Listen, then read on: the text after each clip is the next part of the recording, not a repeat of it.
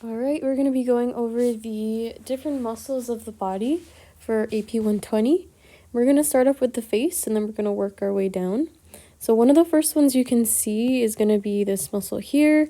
This is our frontalis, or if you want to be fancy, occipitofrontalis. Frontalis. Okay, this is going to be doing elevation of your eyebrows. Then we have this one here that's a spherical muscle, right? It's missing on this side. But this would be your orbicularis oculi. Okay, so remember oculi, that means the eyes. And then this is orbital. We can also see surrounding the mouth, we have the orbicularis, orbicularis oris. And then this means the mouth, okay? Then the other ones that we can appreciate, right? All of this side of the skeleton or the model is more deeper, right? We can see the bare bone. So we can appreciate our buccinator muscle on this side. Remember, you can say it however, right? Buccinator, buccinator, but again, that's going to be allowing for compression of your mouth. If we turn to this side, so hopefully... yeah, here we can see we have another one. This is on your temporal bone. So this would be temporalis. Then we can, let's see, do we have a good model on the other side? There we go. All right, so here we can see we have this kind of like square-shaped muscle and then this gland on top of it. This muscle here is our masseter, and this allows you to elevate your jaw. We have the temporalis, also elevates your jaw, but the next one you can see here is going to be this really long one, and then this is your SCM, right? If we kind of break that down, sternocleidomastoid. Okay, and then we can see on the back of the torso, so if we go back here, there are some muscles that we can appreciate. The first one is going to be a little bit of the posterior part of our deltoid. Okay, so deltoid is going to be helping with essentially abduction, so abduction of the arm. And then I forgot to mention, but your SCM, right, this does two things. It allows you to twist to the opposite side, so rotate to the opposite side. Or if you're contracting both of them, it allows you to flex, have flexion of the neck. All right, and then again, from this angle, you can also appreciate deltoid. The next muscle is going to be, also if we go to the back, we can see right around here, this is going to be our trapezius. And our trapezius allows your scapula to elevate, right, to raise, and also for retraction of the scapula, which is bringing it closer to the midline. We can see in the back we have the gluteus maximus. Almost kind of sounds like a transformer name, but this is going to be allowing you to do hip extension. On the back, one last muscle that we can appreciate is going to be this one. So we can see a little bit or most of it here, and then it's been cut on the other side of the model. But this is your latissimus dorsi. Okay, and this one allows you to do extension of the arm, so bringing the arm backwards. If we look at the body from this side, so we can see this view first. We can see this muscle here. It's kind of like striated. This would be our, so this one right here, this would be our serratus anterior. And this is going to be allowing you to do a protraction of your scapula. You can better see it on the other side. Yeah, so this right here, this would also be your serratus anterior. So from this view, we can appreciate some other muscles. So let's talk about the first one, right? Everything on this side is more superficial.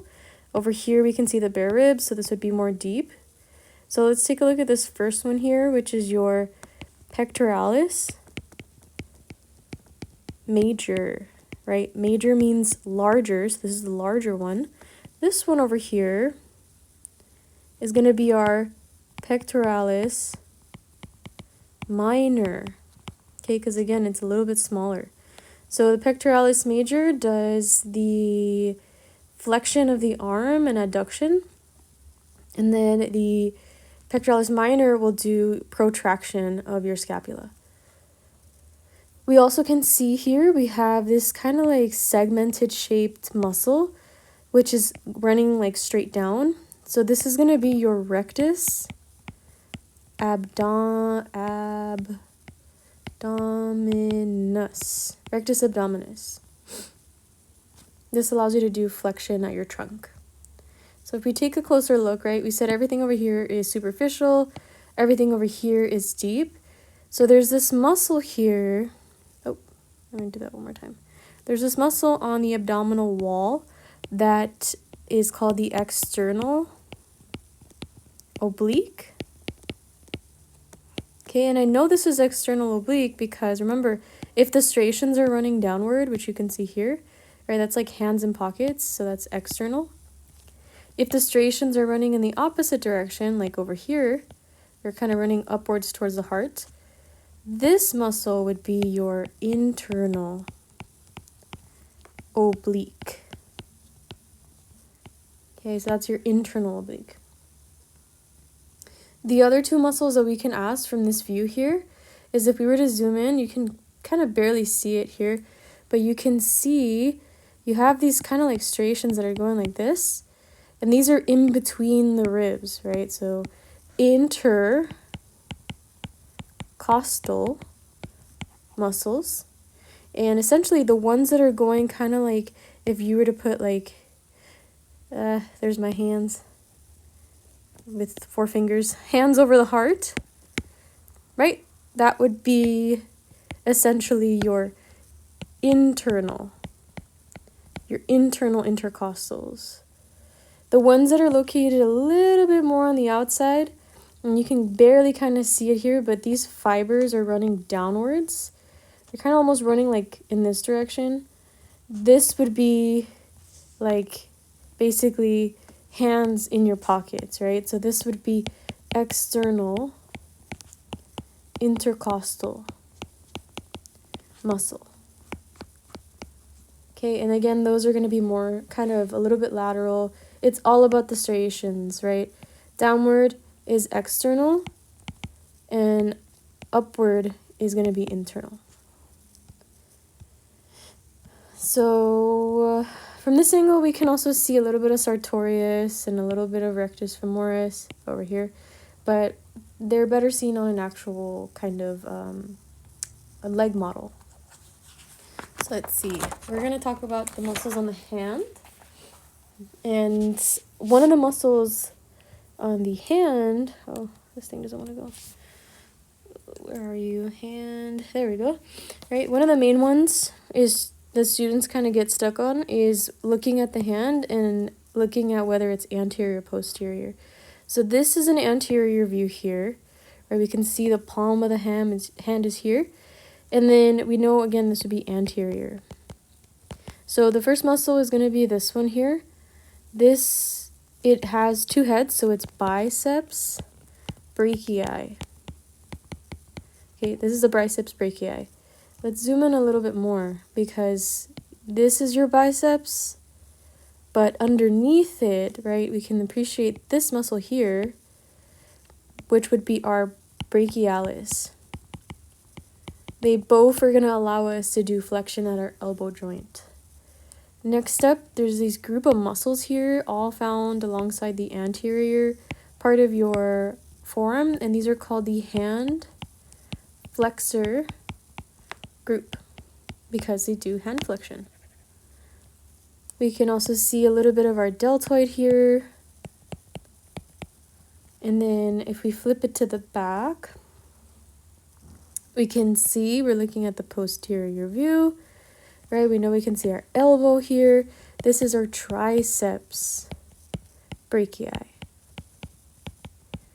Okay, and then this down here would be our hand extensor group. This does hand extension. All right, let's talk about the other ones, which are on the leg. And let's see, do we have a better image? Here we go. Let's talk about the thigh first. There's this really long muscle here spanning, kind of like it starts out lateral. I know this is lateral because my pinky toe's over here. So it starts off lateral and then it goes medial. This is your sartorius. And your sartorius allows you to do lateral rotation as well as hip flexion. Then you have all of these muscles here that I'm kind of like drawing. These are your quads. So the complete name would be quadriceps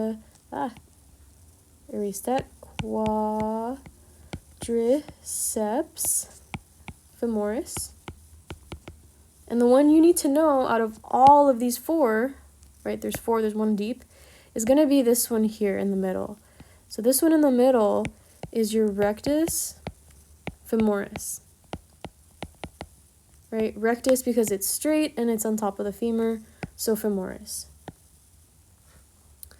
This group here, which is medial, right, this would be allowing for adduction, so it makes sense that these would be called adductor group. And again, it's a group of muscles. One other one that we can see on the leg, right, if we kind of like appreciate it real quickly, is going to be this one here, right? It's on the tibia, so it's tibialis. Tibialis anterior, because it's on the anterior part of the leg. Tibialis anterior is this one here. All right, let's look at can we see the lateral view? Cool. So this is the lateral view. We're still kind of on the anterior part. There's this muscle here that I said it kind of sounds like a coffee drink. It's the tensor fascia. I know that's not how you pronounce it, but fascia latae, tensor fascia latae. And again, this is going to be allowing you to do abduction of the thigh. Let's take a look at the back and then we'll wrap things up. So again, up here you can see your gluteus maximus. You can see all of this group here would be considered your hamstrings group. And then down here, this muscle is your gastrocnemius. Gastrocnemius. The C is kind of silent. Oh, no, wait. Gastrocnemius. Yeah. And then underneath it, I don't know if we can see it. I think this is the last image. But essentially, you can see a little bit of it, right? You can see a little bit of it here. If I'm tagging underneath this muscle, that would be your soleus. And again, your soleus plus gastrocnemius will allow you to do plantar flexion, which is, again, essentially like dropping your foot, so downwards. All right, well, that's it for muscles. Oh, wait a minute. I lied. There's one more. That's called your iliopsoas, but it doesn't really have like a good image of it. Let's see. Is there a good image? Oh. No. Let's see.